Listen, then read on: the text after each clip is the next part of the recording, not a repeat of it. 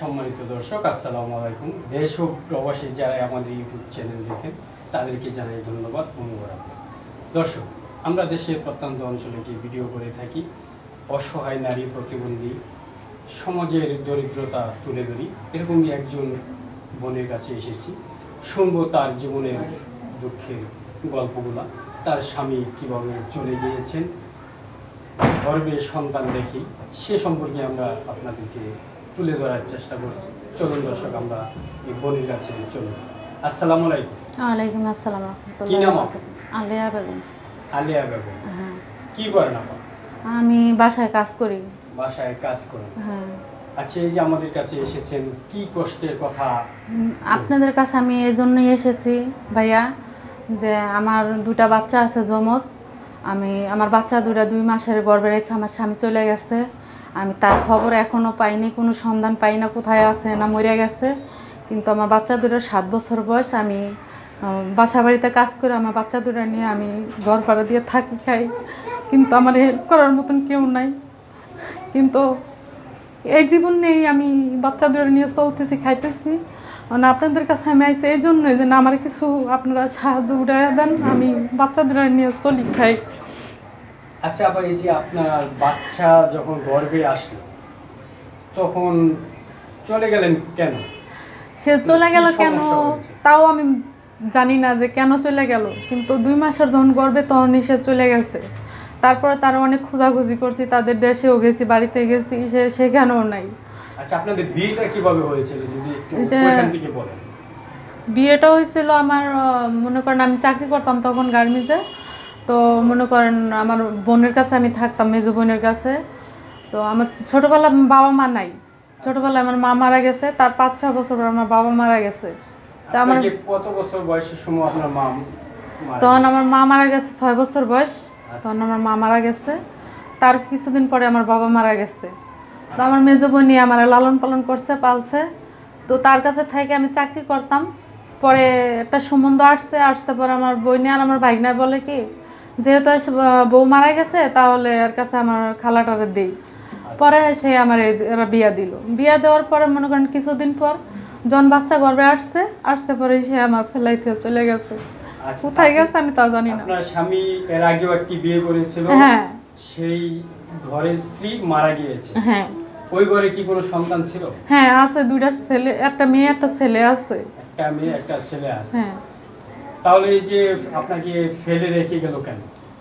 ফেলে রেখে গেল কেন সেটা আমিও ভাই জানি না, কেন যে চলে গেল। কোথায় গেছে কি, মানে কোনো না, কোনো যোগাযোগ নাই তাদের সাথে, কোনো নেই আমার। আপনার শ্বশুর বাড়িতে পরবর্তীতে গিয়েছেন? আপনার শ্বশুর বাড়ি কোথায়? আমার শ্বশুর বাড়ি শিবচর, শিবচর। মাদারীপুর শিবচর। আপনার বাড়ি কোথায়? আমার বাড়ি বিক্রমপুর। বিক্রমপুর। দর্শক, বিক্রমপুরের মেয়ে শিবচরে বিয়ে হয়েছে।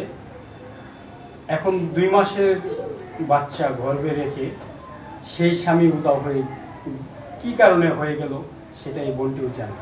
আচ্ছা, পরবর্তীতে কি অবস্থায় চলতেছেন, কি হচ্ছে? এই মনে করেন চাকরি যখন করছিলাম তখন কিছু টাকা আমার ভাগ্নের কাছে ছিল। তো ওই টাকা দিয়ে মনে করেন এই বাচ্চা ডেলিভারি, ডাক্তার খরচ, বাচ্চার খানা দানা, আমি 9 মাস পর্যন্ত মনে করেন এবার বাচ্চার বয়স যখন 9 মাস, তখন তো এই পর্যন্ত আমি চলতে পারছিলাম 9 মাস পর্যন্ত। এরপর আর আমি চলতে পারি না। তখন এই 9 মাসের বাচ্চা আমি কুলেতে রাইখা আমি বাসা বাড়িতে কাজে নামছি। এর থেকে আমি এখন বাসা বাড়িতে কাজ করে আমার বাচ্চাগুলো নিয়ে আমি চলতেছি, খাইতেছি। তখন আমার আবার- বাচ্চাদের মুখে আমি একটু ভালো খাবার দিতে পারি না। আমার বাচ্চারা বলে আম্মু এ দিয়ে ভাত খাবো না, আমার কি ভালো একটু কিছু দাও। আমি করতে দিব বাবা, আমার দেওয়ার মতো সমর্থ নাই। আচ্ছা আপু, এই যে আপনার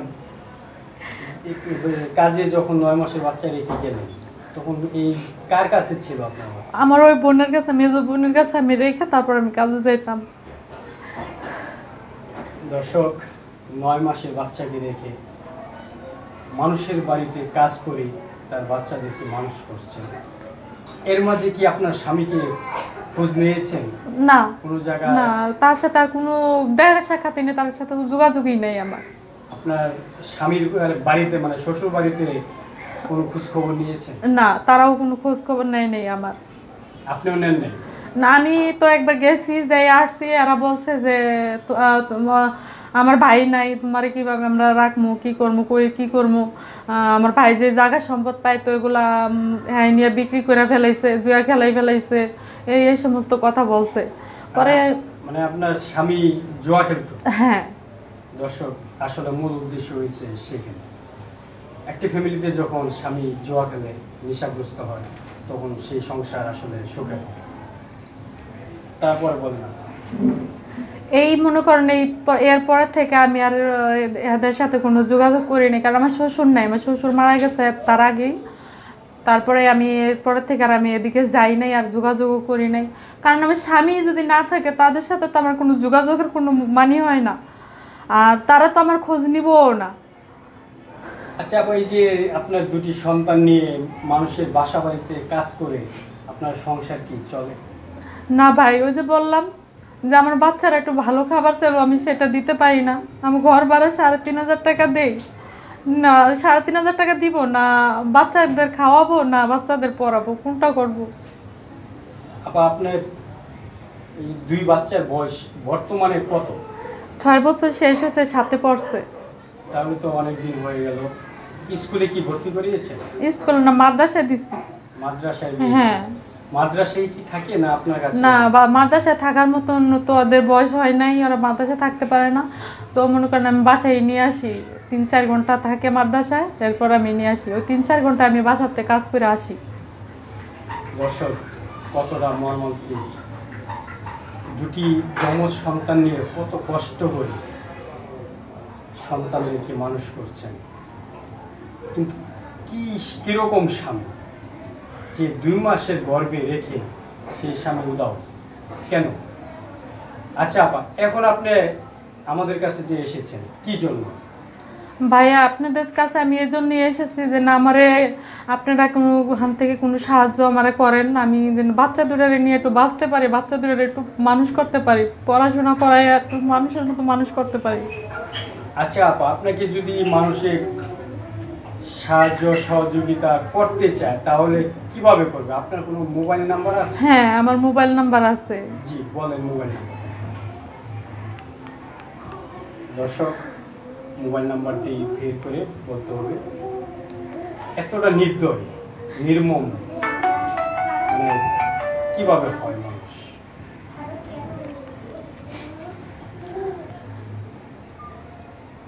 দর্শক, আসলে মোবাইল নাম্বারটি আমাদেরকেই বলে দেওয়া লাগতেছে।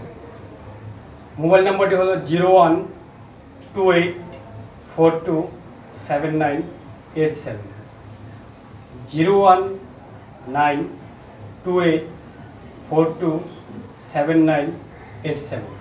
দর্শক, কেউ যদি এই বোনের প্রতি মায়া হয়, একটু সহযোগিতা করে, তাহলে হয়তো তার দুটি যমজ সন্তান নিয়ে একটু সুখে শান্তিতে থাকতে পারে। আচ্ছা আপা, এই যে আপনার হাজবেন্ডের সাথে কতদিন আপনি সংসার করেছেন? 1-1.5 বছর। 1-1.5 বছর। এই যে এখন চলে যাওয়ার পরে কি আপনার হাজবেন্ডের মিস করে?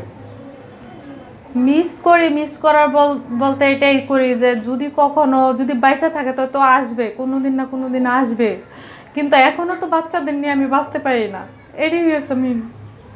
মানে এখনো বাচ্চাকে নিয়ে চলতে পারেন না। তাহলে আপনার বাচ্চাদেরকে কিভাবে, এই যে আপনার মানুষের বাসা বাড়িতে কাজ করে যে খাবার দাবার আনেন, তাতে কি হয়? না ভাইয়া, তা তো হয় না। আমি এই ডেলি মনে করেন একটু ডাল রান্না করি, নয়তো একটু শাক কারো কাছ থেকে আইনা রান্না করি, নয়তো কেউ 4টা ভাত দিয়ে গেল, একটু তরকারি দিয়ে গেল, ওই নিয়ে বাচ্চাদেরকে নিয়ে খেয়ে আমি শুয়ে থাকি, এইভাবে আমি চলতেছি। আচ্ছা আপা, আপনার এখন বয়স কত? আমার 36 বছর বয়স। 36 বছর বয়স। আপনার বিবাহ কত বছর আগে হয়েছিল? এই মনে করেন বাচ্চার বছর 7 চলতেছে, তার আগে 1.5 বছর সংসার করছি। হ্যাঁ, 1.5 বছর সংসার করেছেন। হ্যাঁ। তো 1.5 বছর আর 7 বছর, প্রায় 8.5 বছর আগে আপনার বিয়ে হয়েছে। হ্যাঁ। তো আপনার স্বামী চলে গেছে কত বছর আগে? বাচ্চা যখন 2 মাসের গর্ভে তখন চলে গেছে। 2 মাসের গর্ভে রেখে চলে গেছে। হ্যাঁ। তো আপনি আপনার স্বামী সেই ভালোবাসাটি এখনো ধরে রেখে তার হ্যাঁ, আমি বাচ্চাকে নিয়ে তার আশায় বসে আছি। এখনো বসে আছেন? হ্যাঁ। তো আপনি জানেন সে আসবে আদৌ, বা আপনাকে সে গ্রহণ করবে না, কিনা? তা আমি জানি না সে আসবে কি আসবে না, সে বেঁচে আছে না মরে গেছে আমি তাও জানি না। তো আপনি যদি সেটা না জানেন তাহলে আপনি কেন তার আশায় আছেন? আমার দুইটা সন্তান আছে, আমি আমার সন্তান দুইটা নিয়ে আমি বুকে নিয়ে বাঁচতে চাই। আমার যদি মরণ হয় দুইটা সন্তানের কাছেই যেন আমার মরণ হয়, এটাই। দর্শক, আপনারা শুনলেন এই বোনের গল্প। আমরা দ্বিতীয় পর্ব করব, আরও দুঃখের কষ্টের কথাগুলো তুলে ধরার চেষ্টা করব। এই বোন কীভাবে চলতেছেন, বাকি কথাগুলো আমরা পরবর্তীতে আবার তুলে ধরব। দর্শক, আজ এ পর্যন্তই। অন্য কোনো জায়গায় অন্য কোনো প্রতিবেদন নিয়ে হাজির হব। ভালো থাকবেন, সুস্থ থাকবেন।